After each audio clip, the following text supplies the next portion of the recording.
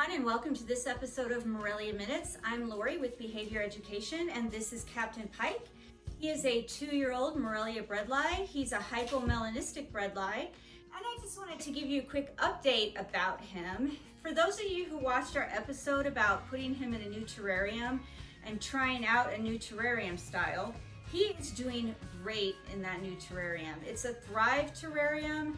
And I'm not that thrilled myself with some of the features on it, but he's doing really well in it. And I think that is because it's a larger size for him. He has more space, and I've put more items in there for him to do. So it's a much more environmentally stimulating area for him. He's got more hides, he's got more perches, he's got shelves, he has more things to climb on and in. And some of the items are more naturalistic than the ones I had in his old terrarium.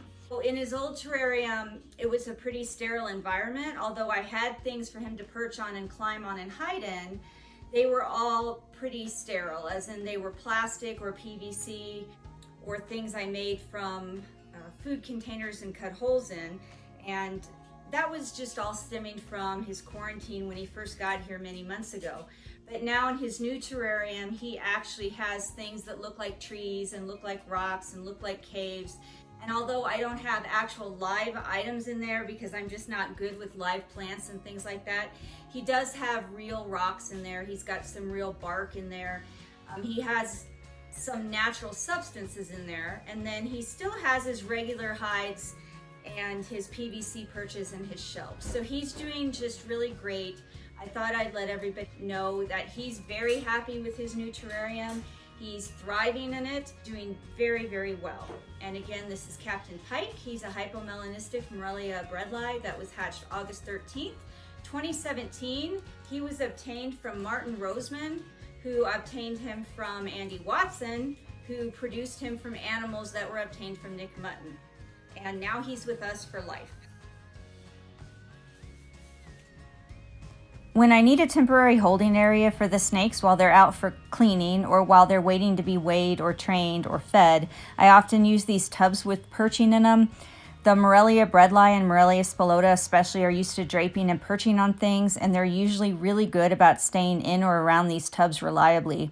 So here Captain Pike is being weighed, and then I'm going to do a short target training session with him. It's really important when you're target training to make sure that the snakes see the target, because if they don't see the target, then the training can't take place. Once he notices the target, he comes up and out of the tub right away, and he slowly and deliberately tongue flicks and moves towards the target, which is exactly what we want him to do. And then he gets his food reward as a reinforcer, and he's allowed to eat in this tub and take all the time he wants. That way it gives me a chance to clean his enclosure and write down some things about him, like what he was fed and how much he weighed. So here I am putting him back in his enclosure. I only used the hook to get him started back into the enclosure because sometimes he likes to sit at the bottom of his tub and not come out.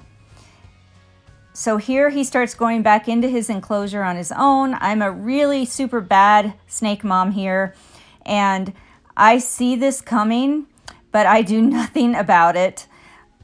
I knew as soon as he got mostly into his terrarium and that counterbalance weight gave that the tub was going to fall, but I like to think that I'm helping him build resiliency in life. And so even though I saw that coming, I didn't do anything about it. But Captain Pike was fine. He shifts himself back into his enclosure. And I'm just going to show you a few close-ups here of his new terrarium, which he's been in now about a month and is doing very, very well in. He seems to really like this terrarium. He's a lot calmer and less reactive in general. And I also want to note that on days when he's being fed and he's not being trained or the enclosure is not being cleaned, then he is fed in his enclosure, and he's also taking his food items when he eats in his enclosure very, very calmly.